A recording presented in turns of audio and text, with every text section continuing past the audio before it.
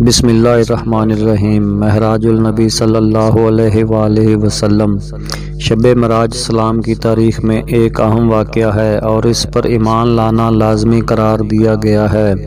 امام جعفر صادق علیہ السلام نے فرمایا، جو معراج کے واقعے پر یقین نہیں رکھتا وہ ہم میں سے نہیں ہے۔ قرآن حکیم میں بھی اس مقدس رات کا ذکر آیا ہے، جس میں واضح طور پر یہ لکھا گیا ہے کہ ماہ رجب کی 27 تاریخ کو اللہ تعالیٰ نے حضرت جبرائیل علیہ السلام کو حضرت محمد صلی اللہ علیہ وآلہ وسلم کے پاس بھیجا، انہیں 7 آسمانوں کی سیر کے لیے، اور قرآن حکیم میں بھی اس بابرکت سفر کو معراج کا نام دیا۔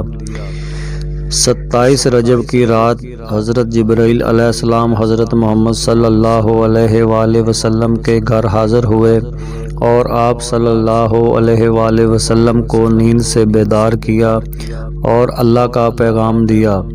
حضرت محمد صلی اللہ علیہ وآلہ وسلم نے اٹھ کر وضو فرمایا اور اپنے گھر سے باہر تشریف لے آئے۔ پہلے آپ صلی اللہ علیہ وآلہ وسلم خانہ کعبہ تشریف لے گئے اور وہاں سے مسجد اقصیٰ تشریف لے گئے۔ مسجد اقصیٰ سے آپ صلی اللہ علیہ وآلہ وسلم نے 7 آسمانوں کی طرف سفر شروع کیا۔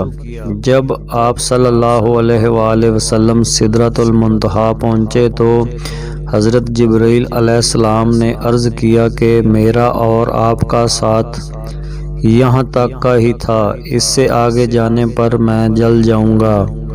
آگے کا سفر حضرت محمد صلی اللہ علیہ وآلہ وسلم نے اکیلے ہی طے فرمایا۔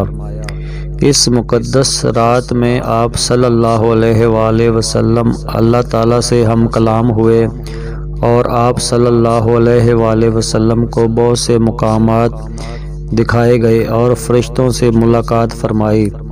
آپ صلی اللہ علیہ وآلہ وسلم نے سب کو نماز پڑھائی۔ اس رات آپ صلی اللہ علیہ وآلہ وسلم کو جنت اور دوزخ بھی دکھائے گئے۔ آپ صلی اللہ علیہ وآلہ وسلم نے طرح طرح کی سزا میں مبتلا لوگوں کو دیکھا۔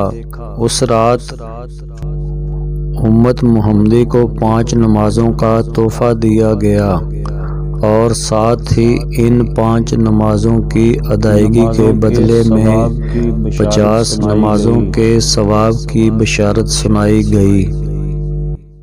27 کی بابرکت رات میں آپ صلی اللہ علیہ وآلہ وسلم نے بہت عبادت کی اور سارا دن روزہ میں رہے۔ اس دن کی عبادت کو بہت زیادہ درجہ دیا گیا ہے۔ شب معراج پر یقین رکھنا ایمان کا حصہ ہے۔ معجزات معراج النبی صلی اللہ علیہ وآلہ وسلم کو دیکھ کر اس رات پر ایمان اور بھی مضبوط ہو جاتا ہے۔